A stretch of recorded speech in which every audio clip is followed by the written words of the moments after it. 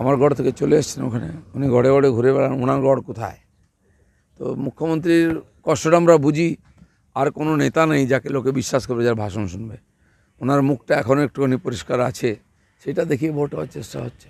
কালকে তাপস রায় হঠাৎ করেই অজিত পাঁজার বাড়ি গেছিলেন, অজিত পাঁজার বাড়ি গিয়ে তাপস রায় সৌজন্যের পরিচয় দিলেন। কালকে বিভিন্ন রাজনৈতিক বিশ্লেষক তারা বলছেন যে এটাই হচ্ছে পশ্চিমবঙ্গের রাজনৈতিক সৌজন্যের কালচার, কিন্তু বারবার সেখানে উঠে এলো আপনার নাম, যে সৌজন্য বোধ রাজনীতিতে যারা দেখান না, যারা বিরূপ মন্তব্য করেন, যারা কুকথা কটু কথা বলেন, তার মধ্যে আপনার নাম একদম শীর্ষ তালিকায় রয়েছে। আমি তো বিজেপির, আমি টিএমসির ডায়ে গিয়ে ভাষণ দিতে পারি, কোনো ব্যাটার দম আছে অন্য পার্টির ডায়েসে ভাষণ দিই? কাউকে ডাকবে? ডাকলে তো তারা বদনাম হয়ে যাবে। দিলীপ ঘোষকে ডাকে, কিন্তু দিলীপ ঘোষ সর্বজনক রাজ্য, যারা বলছে তারা তো কিছু বলার দম নেই, মেনি বিড়াল, ওদেরকে কে পাত্তা দেয়? সব কটা চোর। আমি আজকে বলছি, কত কুকথা শুনবি, শুন আমার মুখ থেকে, সব চোর, চোর চট্টা সব, দম নেই সামনে আসলে বলার। তোকে ডাকবে কে রে? সে বদনাম হয়ে যেত, যার গায়ে ঘষে দিবি তার গায়ে গু লেগে যাবে, তো তোকে ডাকবে কে?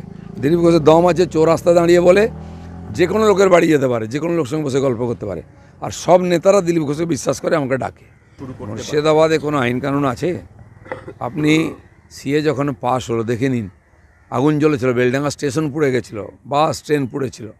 তারপরে ওই শর্মা আমাদের যখন স্টেটমেন্ট দিয়েছিল তখন একই ঘটনা ঘটেছিল।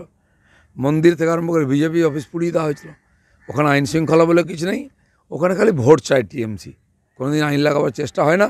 সময় আসছে সব পাল্টাবে, রাষ্ট্রবিরোধী কাজ করে এখানে কেউ থাকতে পারবে না। তো সেইখানে দাঁড়িয়ে মুর্শিদাবাদে তো আপনারাও প্রার্থী দিয়েছেন, একটা কন্টেস্টের আপনারাও আশা করছেন। এখন এই পরিস্থিতির মধ্যে যদি ভোটের উপযুক্ত পরিস্থিতিই না থাকে, তাহলে গণতান্ত্রিক লড়াইটা হবে। সেটা নির্বাচন কমিশন দেখুক, কারণ পুরো অ্যাডমিনিস্ট্রেশন ওনাদের হাতে আছে, সব কিছু করার ওনার অধিকার আছে। যারা গণ্ডগোল করছে তাদের গায়ে যদি হাত না দেয়, তাহলে বছরের পর গণ্ডগোল করে যদি বেঁচে যায়, বুক ফুলিয়ে ঘুরে বেড়ায়, কেন তোলা হচ্ছে না? কে চেনে না ওদেরকে? ভিডিও ঘুরে বেড়াচ্ছে, তোলা হোক। সাধারণ মানুষের গণতান্ত্রিক অধিকার প্রয়োগ করার সে সম্পূর্ণ অধিকার আছে, সেটা করে দিতে হবে, নাহলে কিসের গণতন্ত্র? গণতন্ত্রটাকে মজা বানিয়ে রেখে দিয়েছে।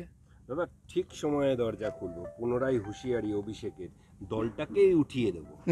আরে বাড়ি থাকলে তো দরজা খুলবি, বাড়ি ঘর দরজা সব উড়ে যাচ্ছে, কবে খুলবে? আর তুমি হুড়কো ভেঙে ঢুকে যাবে লোকে, দরজা খুলবে?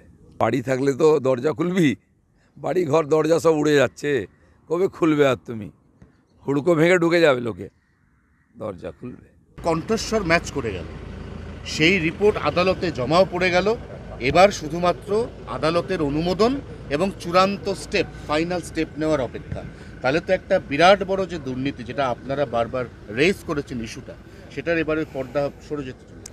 মানে যেটা আমরা বারবার বলেছি যে দুর্নীতি তো হয়েছে, কিন্তু সেটা বিধিবদ্ধভাবে প্রমাণিত না হলে, তথ্যসহ, তো কোনো কোর্টও কিছু করতে পারবে না। তো সেজন্য কোর্ট বারবার চাপ দিয়েছে, জনগণ তাকিয়ে আছে, আমরাও বারবার বলেছি, এবং যে প্রসেস সে অনুযায়ী কাজ চলছে। তার পরিণাম হচ্ছে আজকে দেখুন 26,000 লোকের চাকরি তো গেছে, তার মধ্যে অনেকেই পরীক্ষা না দিয়ে পাশ না করে চাকরি পেয়েছিল। সে একটা জটিল সমস্যার সমাধান করতে হবে কোর্টকে, তারা লেগে আছেন। লিপস অ্যান্ড বাউন্স বা এই ধরনের অনেক কোম্পানির অনেক নেতার অনেক দুর্নীতি জমা পড়েছে, পাহাড় হয়ে গেছে, সেগুলো সমাধান করতে সময় লাগবে, কিন্তু ঠিক রাস্তায় ঠিক দিকে এগোচ্ছে। Welcome to K-Mall, a premium project by Kaleen Group.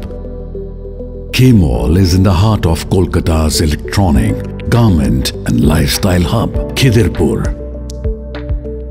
K-Mall, which is designed as a world-class mall, is the outcome of endless effort of our experts, combined with modern superb techniques and new age design. Book now